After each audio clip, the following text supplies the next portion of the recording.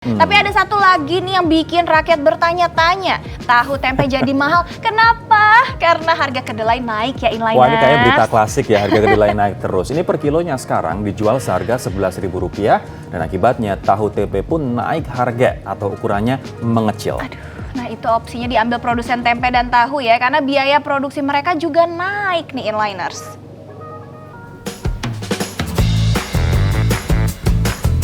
Inliner, siapa yang tidak kenal dengan tahu atau tempe?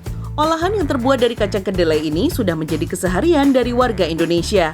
Bahkan tempe yang merupakan makanan asli Indonesia sudah mendunia. Makanan hasil fermentasi kedelai ini juga sangat digemari oleh bangsa asing. Selain rasanya yang enak, tempe bahkan menyandang gelar sebagai superfood. Bahkan Indonesia juga dikenal sebagai negara penghasil produk olahan kedelai tempe terbesar di dunia setelah Tiongkok. Sayangnya, tingginya kebutuhan akan kedelai membuat Indonesia masih harus mengimpor dari luar negeri. Sebagian besar impor kedelai berasal dari Amerika Serikat yang merupakan negara penghasil kedelai terbesar di dunia. Loh, kok impor? Apakah kita tidak bisa memenuhi kebutuhan kedelai dengan menanamnya secara mandiri?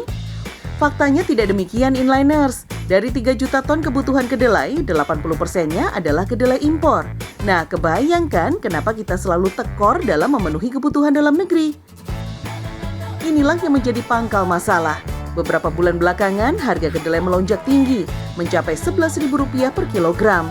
Hal ini membuat para pengrajin tempe dan tahu menjerit, bahkan gulung tikar. Seperti yang dirasakan oleh Fadli, seorang pengusaha tahu kuning asal Kediri. Selain mengecilkan ukuran tahu, ia juga mengurangi jumlah produksinya. Yang gulung tikar kurang lebih 10%. Kurang lebih sekitar 15 pengusaha itu dari kelompok kami itu ada yang gulung tikar. Ya, yang bisa bertahan itu teman-teman yang mau inovasi. Mereka membuat ukuran diperkecil dan ukuran yang biasa dinaikkan. Lalu bagaimana dengan kualitas kedelai lokal? Apakah petani kita tidak tertarik untuk mengembangkan kedelai milik kita sendiri?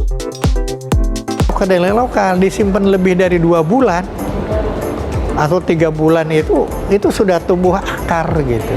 Jadi sudah kayak toge gitu. Lemahnya produktivitas kedelai lokal karena tidak didukung oleh industri perbenihan yang kuat.